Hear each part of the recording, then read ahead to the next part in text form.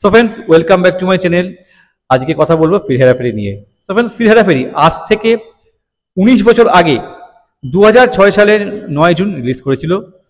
মুখ্য চরিত্রে ছিল অক্ষয় কুমার, সুনীল শেট্টি, পরেশ রাওয়াল, রিমি সেন, বিপাশা বাস, জনি লিভার, রাজপাল যাদব, সুরেশ মেনন, শরৎ সাক্সেনা, রবি কিষান, আরও অনেক, মিলিন্দ গুনাজি, আরও অনেকে ছিল। প্রডিউস করেছিল ফিরোজ নদিয়ারওয়ালা, আর ডাইরেক্ট করেছিল নীরাজ বোরা। মিউজিক দিয়েছিল হিমেশ রেশমিয়া, আর গান লিখেছিল সমীর।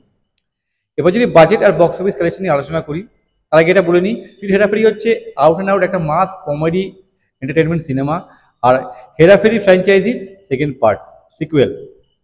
মানে যেখানে গল্প শেষ হয়েছিল তারপর থেকে এখানে গল্প শুরু হয়েছিল। মানে কোনো এমন সিকুয়েল না যে না একটা সিকুয়েলের ফ্রেশ গল্প, তা না, এটা কন্টিনিউশন ছিল এই গল্পটার মধ্যে। মানে আগের পার্টের পর থেকে এখানে কন্টিনিউ করা হয়েছিল। যদি বাজেট আর বক্স অফিসে কালেকশনে আসি, বাজেট ছিল 18 কোটি, আর প্রথম দিন বক্স অফিসে ওপেনিং নিয়েছিল 3,28,00,000 টাকা, যেটা অবশ্যই ভালো নম্বর ছিল। আর প্রথম উইকেন্ডে শেষে কালেকশন করেছিল অ্যাপ্রক্সিমেটলি 10 কোটি টাকা, আর ফার্স্ট উইকে শেষে কালেকশন করেছিল 17,61,00,000 টাকা। মানে প্রথম সপ্তাহের মধ্যে অলমোস্ট বাজেট রিকভার করে নিয়েছিল, আর ইঙ্গিত দিয়েই দিয়েছিল যে সিনেমাটা বক্স অফিসে সাকসেসফুল হতে চলেছে, আর সেটাই হয়েছিল। Overall net India life time collection করেছিল 40,82,00,000 টাকা, বক্স অফিসে সুপারহিট হয়েছিল। স্ক্রিনশট আছে, পজ করে ডেটা তোমরা চেক করতে পারো। এবার যদি শেয়ার করি আমার সিনেমাটা কেমন লেগেছে, কি আমি রিভিউ শেয়ার করবো তোমাদের সাথে। সবাই জানে ফির হেরাফেরি কিরকম সিনেমা। এক কথায় যদি তাও রিভিউ করতে হয়, আমি বলবো আউটস্ট্যান্ডিং, এক্সেলেন্ট, ব্যাপক, শুরু থেকে শেষ অবধি হাসি আর হাসি। আর যেখানে হেরাফেরি শেষ করেছিল তারপর থেকে শুরু হয়েছে, এক বিন্দুমাত্র নিরাশ করেনি, আর সম্পূর্ণ হাসি মজায় ভর্তি। আর অক্ষয় কুমার, সুনীল শেট্টি, পরেশ রাওয়াল, এই ট্রায়ও যেখানে আছে একসাথে, ব্যাপক।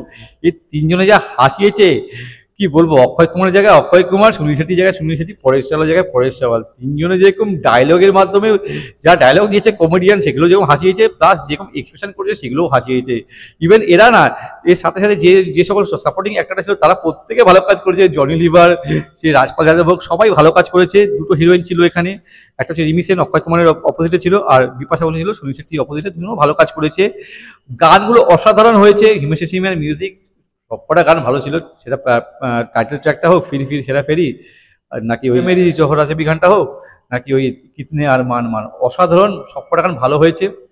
ইভেন বিপাশা বসুর যে আইটেম সংটা ছিল দিল দে দিয়া, হেভি ছিল গানটা। সব মিলে গানগুলো ভালো। ওভারঅল এটাই বলবো, শুরু থেকে শেষ অবধি ভরপুর মস্তি আছে, তোমাকে বিন্দুমাত্র নিরাশ করবে না। মানে এত ভালো সিনেমা। তো এখান থেকে প্রমাণিত হয় কেন আমরা হেরাফেরি থার্ড পার্টের জন্য ওয়েট করে আছি। হেরাফেরি দুটো পার্ট হচ্ছে এমন একটা জায়গা আমাদের সঙ্গে মনে করে নিয়েছে, এটা হচ্ছে সিনেমার একটা ইমোশন, বারবার দেখা যায়। আর যখনই সুযোগ পাই, আমি কেন, তোমরা হয়তো এগ্রি করবে, যারা যারা তোমরা দেখেছো তারা জানোই, সুযোগ পেলেই তোমরা হয়তো দেখো সিনেমাটা, এত ভালো মুভি।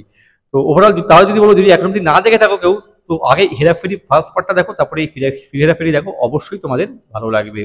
এবার যদি সেই দুটো ইন্টারেস্টিং আননোন ফ্যাক্ট শেয়ার করি, এই সিনেমাটাকে প্রথমে ডাইরেক্ট করার জন্য সতীশ কৌশিককে অফার করা হয়েছিল। সতীশ কৌশিক মানে সেই বিখ্যাত ডাইরেক্টর তেরে নাম, তারপরে অনিল কাপুরের সঙ্গে ভালো ভালো সিনেমা করেছে, হামারা দিল আঁখ পে পাস হ্যায়, হাম আপকে দিল মে রহতে, আরো ভালো ভালো সিনেমা করেছে। অভিনয় তো ভালো করেছে, করতোই তখনকার দিনে সতীশ কৌশিক। কিন্তু কোনো কারণবশত সতীশ কৌশিক ডাইরেক্ট করতে পারেনি সিনেমাটাকে, আর ফাইনালি এই সিনেমাটাকে ডাইরেক্ট করে হচ্ছে নীরাজ বোরা। এই সিনেমাতে লালা দত্তকে একটা ইম্পর্টেন্ট পার্ট দেওয়া হয়েছিল। মেবি হতে পারে রিমি সেন বা বিপাশা বসু, যে কোনো একটা রোলের জন্য হয়তো হয়ে থাকবে, কিন্তু কোনো কারণবশত লালা দত্ত রোলটা করতে পারেনি। ফাইনালি হয়তো রিমি সেন বা বিপাশা বসু কাস্ট হয় সিনেমাতে, সেটা বলতে পারে না কে, বাট এই দুজনের মধ্যে হয়তো কোনো একজন কাস্ট হয়েছে। এই ছিল ইন্টারেস্টিং আননোন ফ্যাক্ট। তো ফ্রেন্ডস, যদি ভিডিওটা ভালো লাগে তাহলে অবশ্যই লাইক করো, শেয়ার করো, চ্যানেলে নতুন থাকলে সাবস্ক্রাইব করতে পারো। যদি কোনো সিনেমা সম্পর্কে জানতে চাও তো আমাকে কমেন্ট করে বলো, আমি নিশ্চয়ই চেষ্টা করবো সেই সিনেমা সম্পর্কে ভিডিও বানাবার জন্য। ততক্ষণের জন্য বিরতি নিচ্ছি। টাটা, তোমরা প্রত্যেকে ভালো থেকো। Love you all. Tata, bye, Jai Hind, take care and stay cool man.